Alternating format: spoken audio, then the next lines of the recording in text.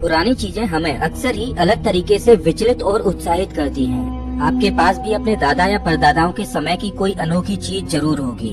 ये चीजें हमें उन लोगों की याद दिलाती हैं जो अब इस दुनिया में नहीं रहते।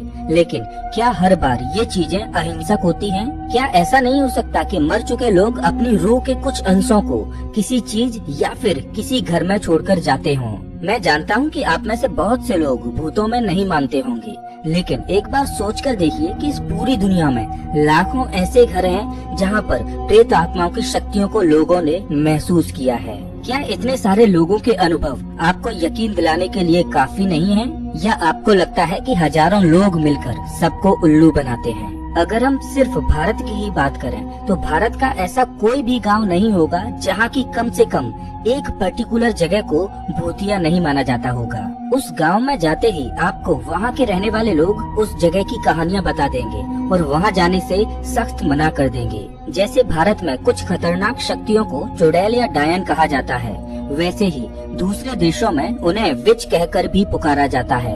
केवल कुछ 100 साल पहले ही हम दुनिया की बाकी संस्कृतियों को जान और समझ पाए हैं, तो लगभग एक ही तरह की चीजों में हम कैसे बिलीव करते हैं? आप ही बताइए। कहा जाता है कि भूतों का एक घर के साथ अटूट रिश्ता होता है।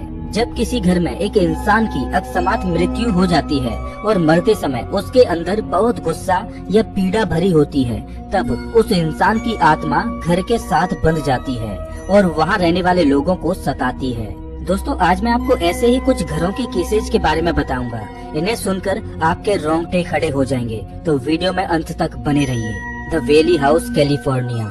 आज जिस जगह पर ये घर खड़ा है वहाँ कभी पब्लिक एग्जीक्यूशंस हुआ करते थे। खतरनाक से खतरनाक मुजरिमों को यहाँ फांसी दी जाती थी, जिसे वहाँ रहने वाले सभी लोग देखा करते थे। सभी का मानना था कि ये जगह हमेशा के लिए हॉन्टेड रहेगी।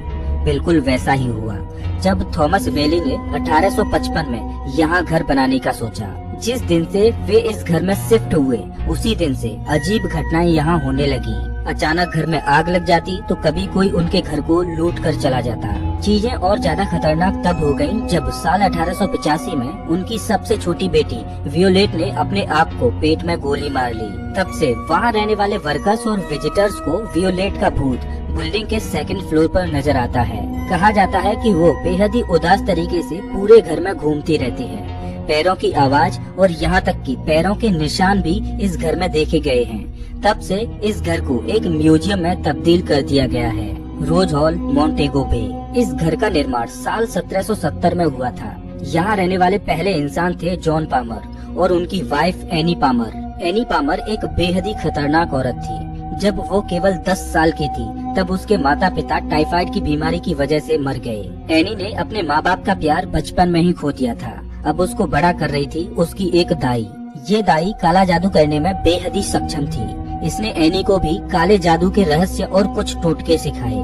जब एनी बड़ी हो गई तब उसने जॉन पामर से शादी कर ली, लेकिन शादी के केवल कुछ ही दिन बाद एनी ने जॉन को जान से मार दिया और रोज हॉल की अकेली मालकिन बन गई। इस घटना के बाद एनी ने करीब 3 बार फिर से शादी की और तीनों बार उसने अपने पतियों की बलि शैतान को चढ़ा दी। ये कोई नहीं जानता था कि एनी कौन सी शक्ति को पाना चाहती थी, लेकिन उसकी वो प्यास बढ़ती ही जा रही थी। एक समय ऐसा आया जब एनी ने रोज हॉल में काम कर रहे कई नौकरों को भी मारना शुरू कर दिया।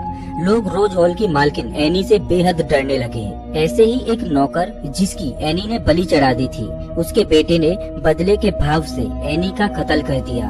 तब से आज तक एनी उस घर में भटकती है। उसके भूत को द व्हाइट विच भी कहा जाता है। इसके साथ ही ये भी कहा जाता है कि जितने भी लोगों को एनी ने मारा था, उन सब की आत्माएं इस घर में आज भी भटकती हैं। साल 1965 में इस घर को एक म्यूजियम में तब्दील कर दिया गया था। यहाँ काम करने वाले लोगों ने बताया कि रात को इस घर के अंदर कई भूतिया चीजें होती हैं। दरवाजे अपने आप खुल जाते हैं, चीजें अपने आप हिल जाती हैं और तो और कई बार उस घर से लोगों के चीखों की आवाज सुनाई देती है। The LaLaurie house, New Orleans. Doctor Louis LaLaurie और उनकी वाइफ डेफनी इस बड़े बंगले के अंदर साल 1832 में रहने आए थे। वे दोनों ही बड़े जाने माने नाम थे। अक्सर ही उनके घर में पार्टीज ऑर्गेनाइज होती थी। उनके दोस्त भी सोसाइटी के कुछ बेहद ही अच्छे लोगों में से एक थे। लेकिन लुइस और डेफनी की एक डार्क सीक्रेट लाइफ भी थी। इस कपल की लाइफस्टाइल को बनाए रखा था स्लेव्स यानी कि गुलामों ने। टिफैनी इन गुलामों के ऊपर बहुत जुल्म किया करती थी। वो अपने कुक को स्पेशली किचन में बांधकर रखा करती थी। वहाँ रहने वाले पड़ोसी नए नए गुलामों को घर के अंदर जाते अक्सर ही देखा करते थे, लेकिन किसी भी पुराने गुलाम को वहाँ से निकलते नहीं देखते थे। साल 1834 में अचानक घर के अंदर आग लग गई। जब फायर फाइटर्स ने आग को बुझाया तो उन्हें तहखाने में डरा देने वाले सीन दिखाई दिए। वहाँ 7 गुलाम दीवार से चैन में बंधे हुए मिले। उनकी बॉडी के हर पार्ट पर टॉर्चर के निशान थे और तो और उन्हें खाने का एक निवाला भी नहीं दिया जा रहा था।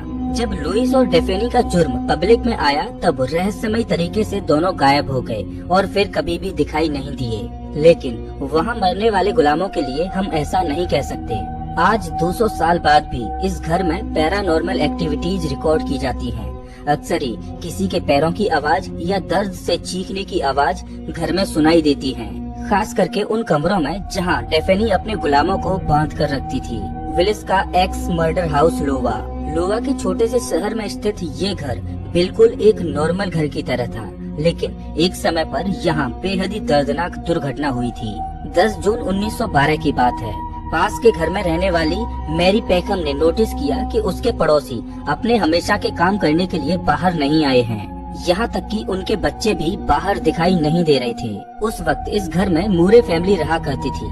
पेकम ने जब घर के अंदर जाकर और तहकीकात की तो उसे फैमिली के 6 मेंबर्स और साथ ही 2 गेस्ट की लाश मिली। सभी को एक साथ कुल्हाड़ी से बुरी तरह मार दिया गया था।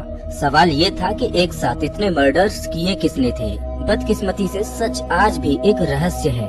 आज तक भी कोई भी इस जुर्म के मामले में पकड़ा नहीं गया।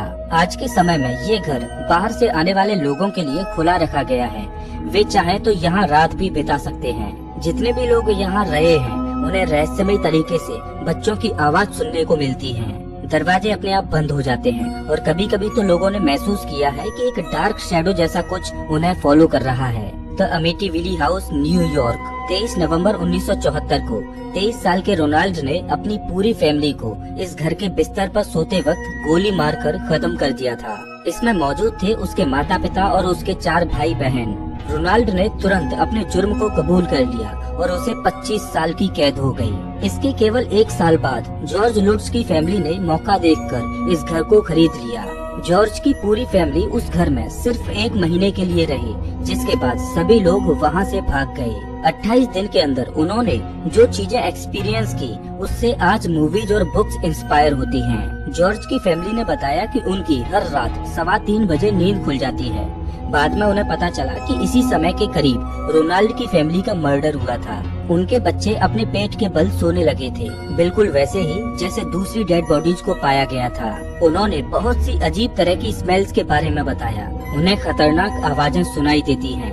उनके इन एक्सपीरियंसेस पर बहुत से सवाल किए गए थे, लेकिन लोगों का आज भी मानना है कि यहाँ भूतों का वास है। तो दोस्तों, इस वीडियो में बस इतना ही। मैं आपसे एक सवाल पूछता हूँ कि क्या आप ऐसी ही किसी भूतिया जगह को जानते हो जहाँ आप कभी भी नहीं जाना चाहते? मुझे कमेंट बॉक्स में जरूर बताएं। अगर आपको ये वीडियो अच्छा लगा हो तो इसे लाइक करें और ऐसे ही वीडियोस के लिए चैनल को सब्सक्राइब करें, साथ ही बेल आइकन दबाएं।